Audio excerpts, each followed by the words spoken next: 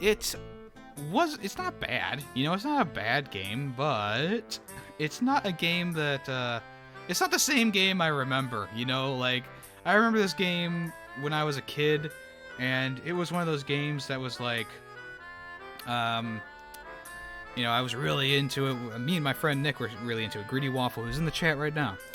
We really loved this game because it's like you use a tank in it, you use the walker, you use the assault ship.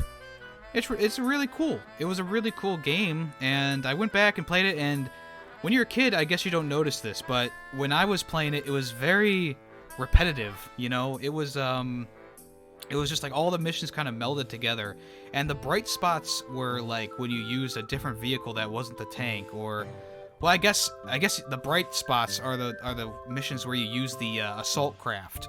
I really like those missions because you had missiles, you had lasers, you had a regular gun, you could fly around. Even though it was kind of goofy sometimes flying around, I still had a good time with it. With the tank, you know, a lot of the levels just were kind of like, alright, drive here, kill all this stuff, or protect these things, and then move on. And that got really repetitive after Geonosis, which is the first chapter in the game. And then by the time you get to the end of the game, you're protecting, you know, ATSTs or whatever they are. Not ATSTs, ATTs? No. ATT, I don't know. Those big walkers from the Clone Wars. I don't remember the names right now. I'm sure Punisher will say, you stupid noob, and throw it in the chat. But you have to protect like 5 of them on 2 different sides of the map. And it's like, oh boy, this is...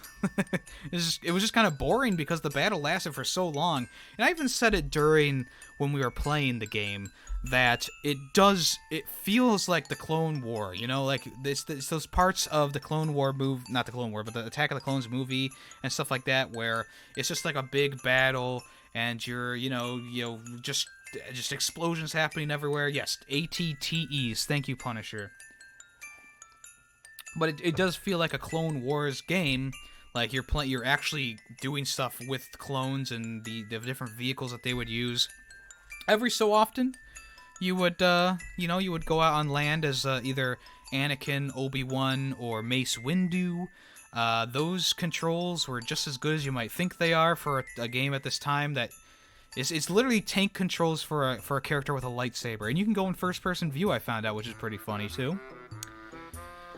But those missions are short, you know, it would be like a 2-second or 2-minute segment where you run and use your lightsaber to kill something. No, only really in the Geonosis area did you have an extended Mace Windu part where you walk through like this area and you destroy a shield generator, you know, and the rest of the, you know, it's just like, you use Obi-Wan on a Republic speeder. Oh boy.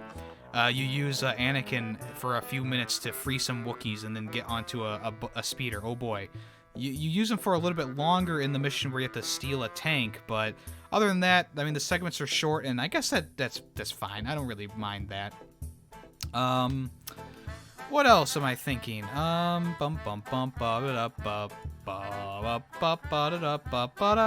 yeah, they mispronounced Kashyyyk in the game. They said Kashyyyk. And I have a few clips of that I'm gonna highlight on the channel so you guys can watch probably later this week or so. But that was blasphemy. I mean, I was just kind of like, I was like, should I skip this cutscene because it doesn't really do anything? And then all of a sudden she's like, they're taking us to Kashyyyk, and I'm like, Kashyyyk? I don't remember that planet in the Star Wars lore. Maybe it's something new. And then they're like, the Wookiees. And I'm like, you mean Kashyyyk? It's like one of those things. It's like, this is an official LucasArts game made by the LucasArts development studio. And they're mispronouncing Kashyyyk. It's like, I get it. I mean, obviously, The Revenge of the Sith wasn't a movie yet. But you would think that someone would be like, oh yeah, it's pronounced Kashyyyk. You know? I don't know. It doesn't matter if it's copyrighted if it's made by the creator of Star Wars, you know? But yeah, it's very weird, and I don't think they ever say Kashyyyk again through the game. But it was just one of those things that's like, yeah, that's pretty funny. That's pretty funny. But you definitely did go to Kashyyyk because there was Wookiees there, and they even mention the planet. It's like, I don't know. Maybe it's an axe. I don't think so. Stop making excuses for a game that's over 20 years old, guys.